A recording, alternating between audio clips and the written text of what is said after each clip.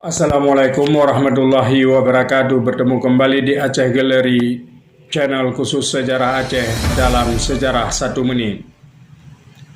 Hari itu, tanggal 29 Juni 1878, Tengku Ibrahim Lamnga syahid.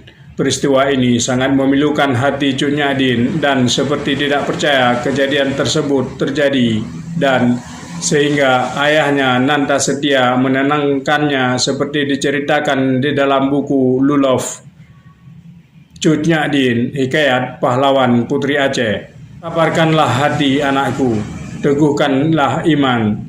Ia telah syahid, telah menunaikan tugasnya. Setelah mendengar kata-kata itu, tangis Cut Nyadin semakin menjadi-jadi. Lalu ia bersumpah di tanahnya kepala Ibrahim dan diletakkan di atas pangkuannya.